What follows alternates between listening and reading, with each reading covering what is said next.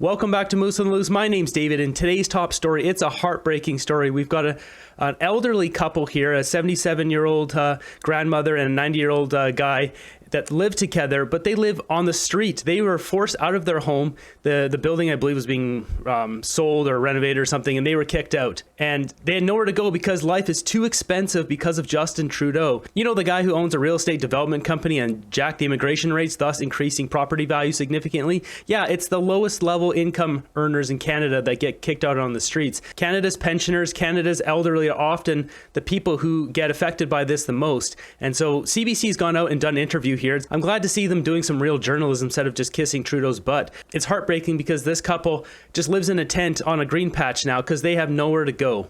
In our top story here, we've got this. It's a sad story. We've got, says Halifax senior 77-year-old Judy Howe and her 80-year-old partner George are living in a tent encampment, desperately seeking housing. Howe shares, "I cry myself to sleep every night." This is how bad it's gone for elderly Canadians in our country now because of Justin Trudeau. Trudeau, Mark Miller, and Sean Fraser all pushed hard to create these Trudeau towns, tent cities across Canada. And, well, this is what they're going to have to live with every night now, thinking about what they've done to Canadians. This is where we're living. In this tent lives 77-year-old Judy Howe with her 80-year-old partner George, a situation she never imagined to be in. She says they had an apartment in Halifax before the building was sold and to be torn down. After that, they went to Ontario to be with George's dying mother, but they couldn't afford to stay there and chose to return to Halifax. It's not home. You know, it's not a place you can cook a meal for yourself. You can take a shower. We go up to the Y on Park Street here. I always get lost. Trying to find my way out. And that's where we shower at. And you can go there every day if you want, you know. And thank God they have that service. But it's not where I want to be. I go to bed crying at night. At night I go to bed crying and I pray to God, asking Him to get me out of here. I need to be out of here. With the couple's deteriorating health, a volunteer street navigator is desperate to get them into affordable housing. Judy is the age that my mom would be if she was still alive. And it breaks my heart to see that people who have been born and raised in Canada and Nova Scotia are now having to face this. They were offered a pallet in the new Seniors Pallet Village on Atlantic Street, but Judy does not feel safe having to be in her own pallet because they're only singles. The Minister of Community Services says he is aware of this situation and staff are working on finding options. So if we want these individuals to be successful, we want them to feel safe and dignified, they need to stay together, and they need a place where they feel comfortable. Stein says that she has reached out to different organizations to help. So far, she's been unsuccessful in finding accommodations for them.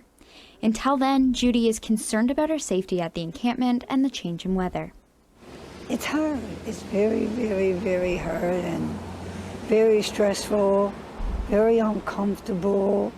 Hannah Vino, CBC News, Halifax.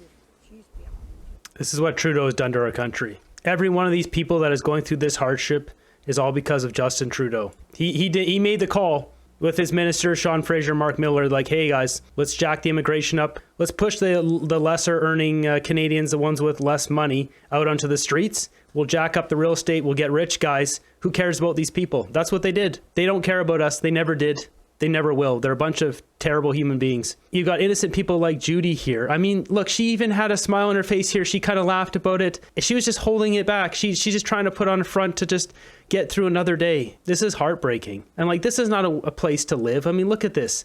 Any person can come up here with a razor blade and just cut this open and just take their stuff. You know, they go up to the Y for an hour, come back, their bed's gone, their pillows are gone, their sheets, all their blankets, their jackets are gone. Like, no, you can't live like that. Stop bringing in and putting illegal immigrants in hotels. Spend that money on these people in hotels until permanent accommodation is found. That's a great comment. Mass immigration has been such a disaster for this country. Money for illegals, but not pensioners. Self-inflicted wounds, though. I mean, these people paid their taxes for years, like 30, 40, 50 years, these people pay their taxes, and now they're just left out into the streets. There's people in here suggesting they go to America and seek asylum there. They'll probably get more assistance. They'll get money right away, a cell phone, place to live. Like, the whole thing is broken. Got this clip here of Karina Gould with a horribly woke Rosemary Barton on the CBC. What she says here is just ridiculous. I'll let it play out. Let me move on to the caucus retreat that's coming up in British Columbia. You've got 2 by-elections coming up this month. The one in Montreal that is yours, that was your seat. And as you know, there are people in your caucus, I'm sure friends of yours, who had been hoping for more change over the summer, whether it be a cabinet shuffle, staffing moves, something. And nothing happened. Nothing happened, except you lost Jeremy Broadhurst, who was supposed to run the campaign. What are you going to say to your colleagues at caucus meeting on Monday when they are confused as to why there was not a bigger shift from cabinet and from the Prime Minister's office? Well, I don't talk about what I talk about in caucus outside of caucus. Well, I'm not asking you what you said. I'm asking you what you're going to say when you're confronted with those even questions. Then, I mean, well, I can't stand her talking. She's so phony, fake smiler, like, ha ha ha ha ha, so fake. Of caucus. Fine. Then right? what would you say to that? What would you say to that? Don't forget that you're saying it in caucus. What would you say to that? Well, look, same thing that I said at the cabinet retreat. I think, as I said earlier in this interview, we've been around for 9 years. So I get that, Canadians, see that and see that we've been here for a while. I would argue that I think we've done a good job in government, and I think we've delivered important programs that have had meaningful changes and impacts on the lives of Canadians. But I think it's natural, after 9 years for people to kick the tires and see what else is on offer, and to see, maybe if there's someone else who's offering something that they think is better. Like not 25% of people in poverty. Maybe that's a little bit better. I don't know. Is she real? Where I think the challenge is here is that Mr. Poilievre doesn't actually want to share his vision because it's unlikely that it's something that resonates with a lot of Canadians.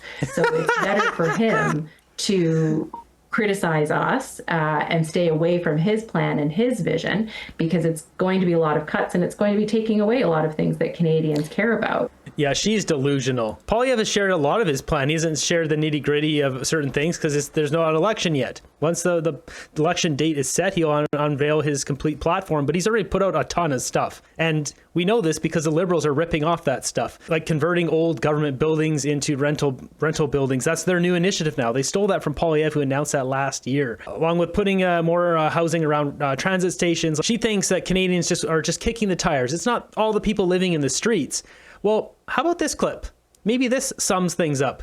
So what you're seeing here, I'm not gonna have the audio on there, so we'll turn the audio off, but you're seeing 2023, look at all the tent cities. This is on Google Earth, because look, it's actually 3D.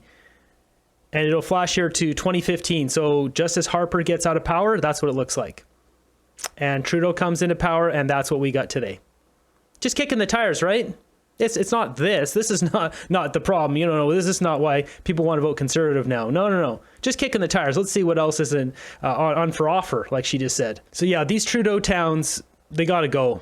Trudeau's got to go. We need to make sure no one named Trudeau ever runs for any government position ever in this country, ever again. So I'd read some more of these comments, but I can't.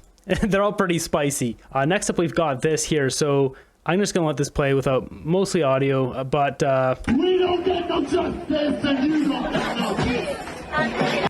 We don't get no justice, you don't get no peace, is what these people are chanting. It's the typical protesters we're used to seeing. As you can see, the green and white and red flags. They're outside the embassy, I believe it says here, the Israeli consulate in Toronto, constantly chanting that. Some beautiful multiculturalism happening here. Yikes. Where is Justin? Where is Melanie? Where are the police? And you can see here they're burning a flag.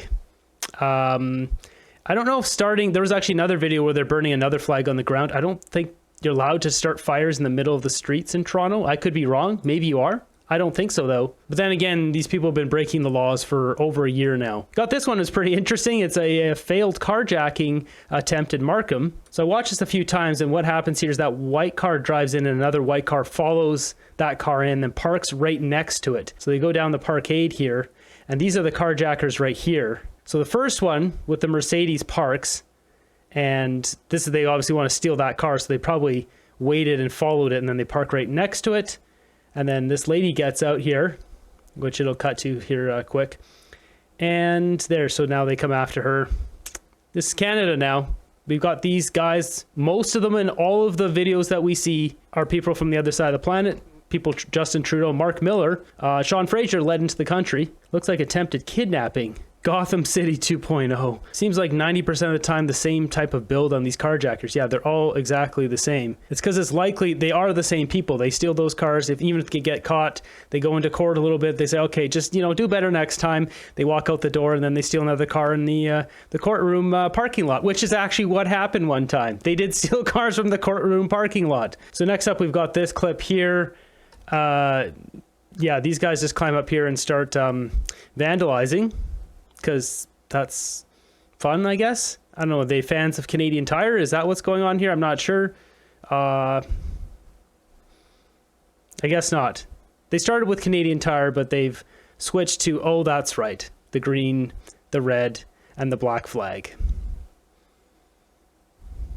So Palestinians vandalizing our country. And the video actually continues here. You can see, that's great. Do you own that building? No, you probably don't. These crimes, including the carjacking, all of them, they need to have punishment. Round the guy up. Whoever just did that, 30 days in jail. You have to dig ditches, clean sewers the next 30 days. The kidnapping, carjacking, 5 years in jail, digging ditches every day, 8 hours a day, cleaning sewers, do all the worst work we don't want to pay people to do. Then the more of these people we would collect in society in these jails doing the dirty work, our taxes would go down because we wouldn't have to pay for any of this stuff. We'd get so much value out of these trash, the absolute trash people doing this stuff. Just imagine if every time we caught these guys, they're going to jail for 5 to 10 years, which we would get 5 to 10 years of 8-hour days of labor from these guys. The numbers would plummet. All these criminals would just go to another country because like, oh, Canada's too strict. You get caught there and you're going to be cleaning sewers for the next 5 to 10 years. Why don't we put in a basic common sense plan like this? Is there any reason this is not a good idea? Next up, we've got another Palestinian protest. This one's interesting. It says it's outside Meridian Hall. Now, I'm not going to pretend I know where Meridian Hall is, but I can assume it's in Toronto, and I was right by searching it. So Meridian Hall is this place down here. So they have started protesting outside the doors here. This is like right near the water. And they decided to bring in the horses. Get up close and personal.